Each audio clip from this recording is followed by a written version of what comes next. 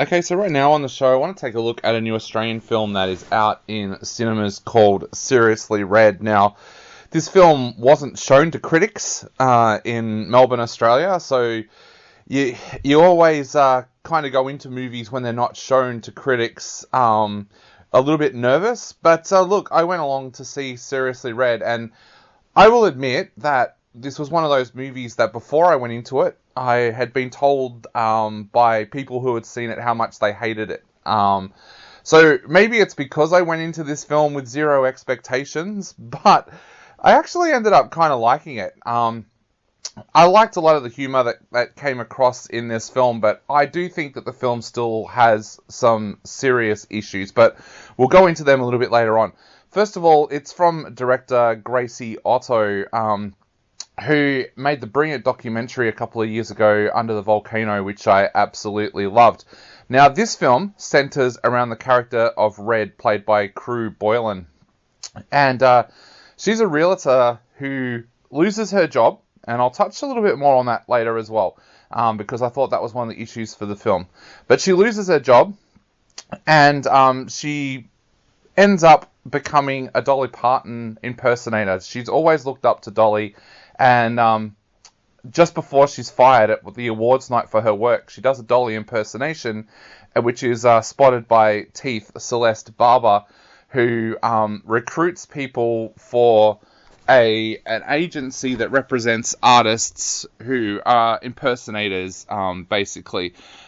She finds people for Wilson, played by Bobby Cannavale. Wilson runs the entire agency, and you learn very, very quickly that impersonators take things very seriously.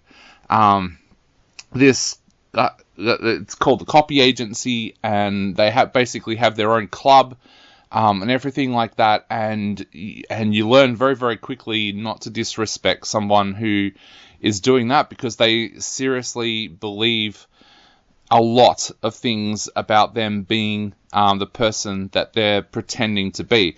Now, Red finds a little bit of trouble at the start, because she decides that perhaps this could be a career for her, but at the same time, she finds that her mother and her best friend are not exactly that supportive of her doing this job. So that kind of causes some issues. But then she meets Kenny, played by Daniel Webber, who is the world's leading Kenny Rogers impersonator, and he does encourage her.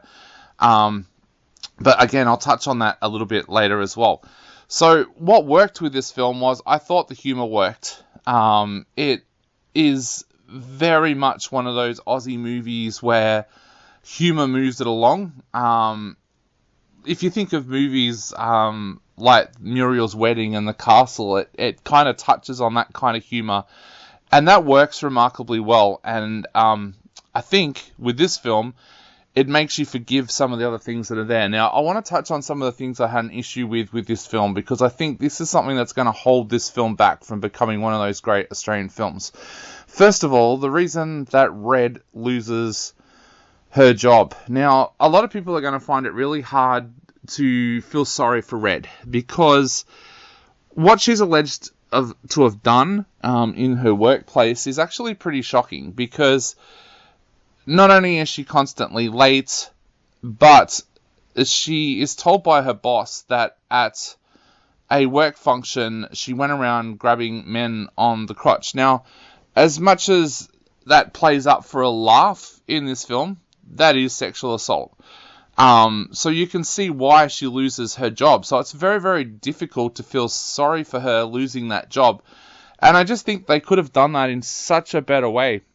Make her the victim in this story. Make her someone that's bullied by her boss, which they do show bits of, that she is bullied by people at her workplace. But then having something like that for why she's fired, you don't really feel sorry for her getting fired. So that is one issue with the film. The other issue I have with this film is that this film seems to almost touch on the possibility that some of the characters in this film have some pretty severe mental illness. When you start to unravel the character of Kenny, and you discover that This guy never goes out of character. He is always Kenny Rogers. Never goes out of that character, and then when he starts the relationship with Red, he expects her to be Dolly even when she's at home. I'm sorry, but that's, again, something that is a very, very serious condition, and it's not explored. I know the film wants to explore the notion that some people don't feel comfortable being themselves, so they try to be something else to gain popularity and things like that, but it is pretty sad when you actually look at the life of this character, Kenny, and what he's going through. It is. It's a tough situation. The other bit that I didn't like in this film as well is the part with Frances, played by Thomas Campbell, who is Red's best friend.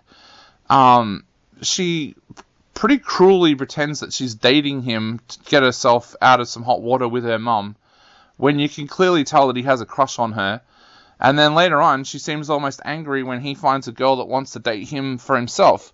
So one of the things with this film that I found really held it back from becoming a great film is that Red is kind of an unlikable character when you sit back and look at everything.